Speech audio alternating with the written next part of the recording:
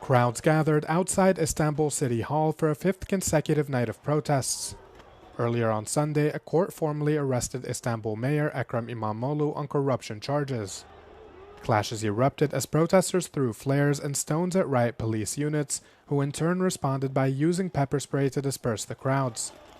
The protests came just a day after a major demonstration saw hundreds of thousands protest across Istanbul calling for İmamoğlu's release. He was detained on Wednesday after a dawn raid of his residence amid an investigation into alleged corruption and links to terror groups. The court decided to jail the mayor on reasonable suspicion of running a criminal organization, accepting bribes, extortion, illegally recording personal data, and bid rigging. He was not, however, arrested on terrorism charges, with the court arguing that it was not necessary at this stage as he was already arrested for financial crimes. The largest opposition party, the CHP, also held a solidarity ballot in its first primary, where they were nominating their presidential candidate for the 2028 race. Symbolic ballot boxes were set up nationwide to allow people, beyond the party's 1.7 million members, to express their support for the jailed mayor. European Union's foreign policy chief Kaja Kallas has warned of a dangerous escalation following Israel's resumption of war in the Gaza Strip last week with a wave of surprise airstrikes. Speaking in Jerusalem during a briefing with Israeli Foreign Minister Gideon Sa'ar, Kallas condemned the violence, saying it only fuels more conflict. Resuming negotiations is the only feasible way to end the suffering on all sides. Violence feeds more violence. What we are witnessing now is a dangerous escalation. It is causing unbearable uncertainty for the hostages and their families, and it is likewise causing horror and death for the Palestinian people. The recent bombardment has killed hundreds and brought the total Palestinian death toll in the war to over 50,000, according to the health ministry. Sa'ar insisted the conflict could end tomorrow if Hamas fulfills Israel's conditions. The war can end tomorrow with releasing our hostages, the demilitarization of Gaza, and the withdrawal of the armed Hamas and Islamic Jihad forces from there. War is not an ideology. We would be happy, and we will be happy, to achieve our aims by diplomatic means. But if that is not possible, we have no choice but continuing our military efforts. The next phase of the ceasefire, which was to include the release of 59 hostages, never started after Israel cut off humanitarian aid to pressure Hamas. Ukrainian officials held a second round of ceasefire talks with U.S. officials in the Saudi capital, Riyadh. Ukraine's President Volodymyr Zelensky tasked his defense minister Rustem Umerov with leading the delegation. Umerov said in a post after the meeting on social media platform X that many key points, including energy, were discussed. He described the meeting as focused and productive. Zelensky, addressing the meeting, reiterated his country's commitment to peace. He also emphasized the need to exert more pressure on his Russian counterpart. Наша команда працює абсолютно конструктивно. Розмова достатньо корисна. Робота делегацій триває.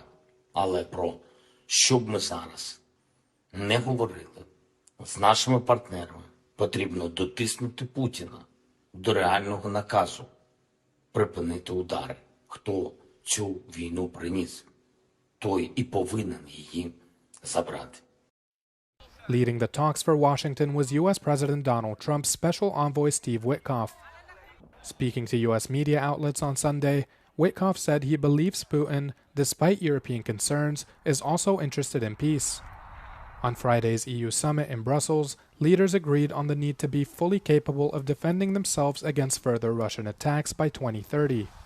Downplaying Europe's fears, Witkoff said he takes Putin at his word that he's not interested in expanding his territory. I just don't see that he wants to take all of Europe. This is a much different situation than it was in World War II. In World War II, there was no NATO. So you have countries that are armed there. To me, it just does, I take him at his word in this sense. So, and I think the Europeans are beginning to come to that belief too. But it sort of doesn't matter. That's an academic issue. Witkoff and his team are set to meet the Russian delegation on Monday. Trump had said previously he hoped this round of talks can offer some breakthrough towards finally ending the war.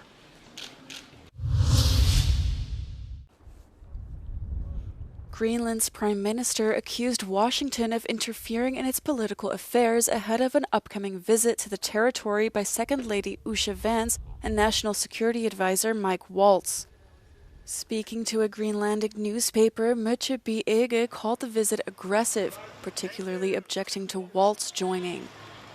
He added that his presence in Greenland would fuel American belief in Trump's mission. Trump has repeatedly insisted that the U.S. annex Greenland, a move opposed by the Greenlandic and Danish governments. The White House said the upcoming visit is a cultural one, during which the U.S. delegation will visit historical sites to learn about Greenlandic heritage and attend the national dog sled race.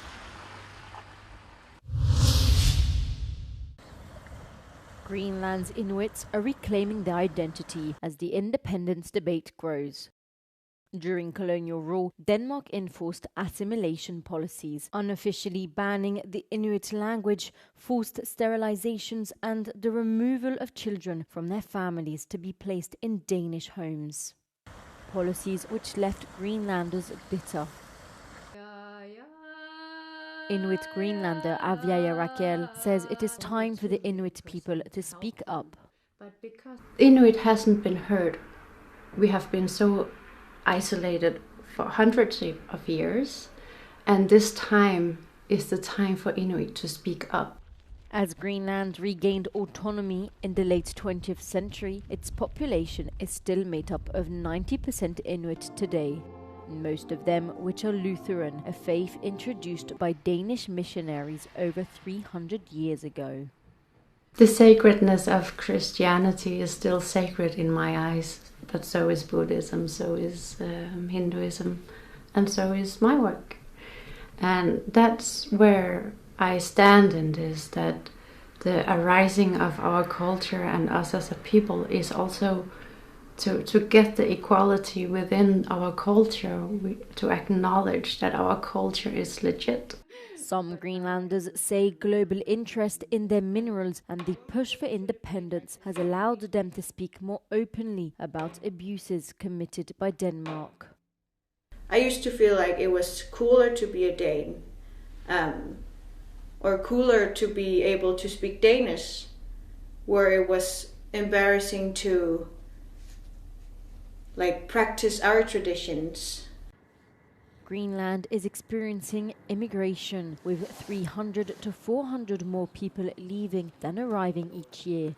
Whether the revival of ancient traditions can reverse the trend remains to be seen.